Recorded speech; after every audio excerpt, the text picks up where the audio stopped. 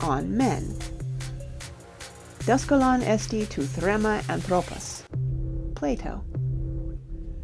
For man, the overgrown boy, life has commonly two and only two sides, work and play.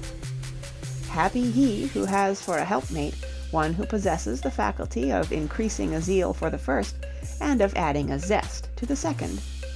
Wherein, O woman, thou mayest happily find the twofold secret of thy life work. For man is a greedy animal, he wants all or nothing, and fortunately for him, women tacitly extol man's greed. They will not be shared any more than they will share. There is something canine in the masculine nature. Like a dog over a bone, it snarls at the very approach of a rival. It is curious, but it is true, that proud man becomes prouder, and, more curious still, at the same time humbler, when weak woman gives him something, a look, a smile, a locket, her hair, a kiss, herself. The greater a man's faith in himself, the greater his mistress hers in him. And perhaps, the greater his mistress her faith in a man, the greater his in himself, for a woman's faith in a man works wonders. A man to whom a woman cannot look up, she cannot love, yet it is marvelous how a woman contrives to find something to look up to in a man. Many men forget the artistic tendency of the feminine temperament, a tendency which shows itself in many ways, their love of pretty things, of pretty ways, and of pretty words.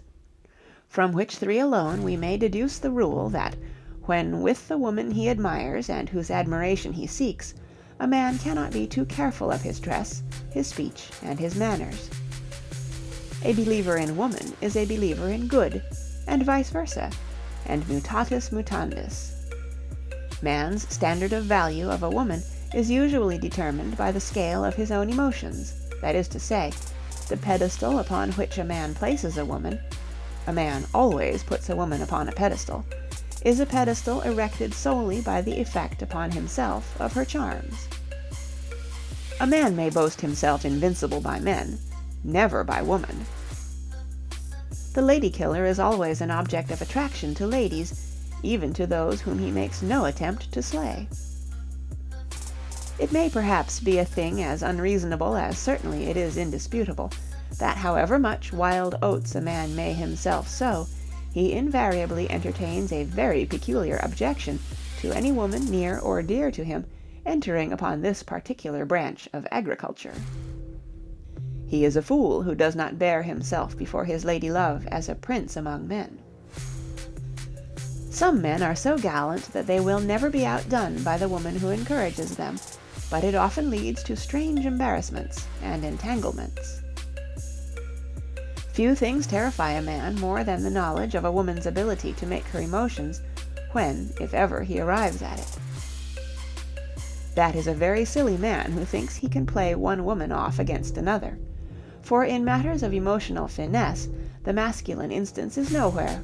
It is blinded, befogged, befooled at every turn. Heaven help the man who is dragged into a quarrel between two wrathful ladies. 3 things there be, nay 4, which man can never be sure, how a great soever his acumen, his astuteness, or his zeal. A woman, a racehorse, a patent, and the money market. They defy both faith and fate. They should be the recreations, not the resources of life, and he is a fool who stakes more than a portion of his substance on any one of them. What a paltry thing, after all, is man uncomplimented by a woman. Left to himself, he stagnates. Linked with a woman, he rises or sinks. A gentle touch stimulates him. A confiding heart makes of him a new creature. Under the rays of feminine sympathy, he expands, who else would remain inert.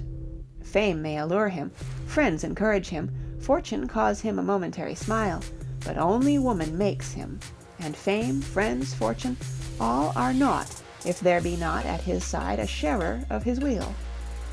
A man will strive for fortune, strip himself for friends, scour the earth for fame, But were there no woman in the world to be won, not one of these things would he do.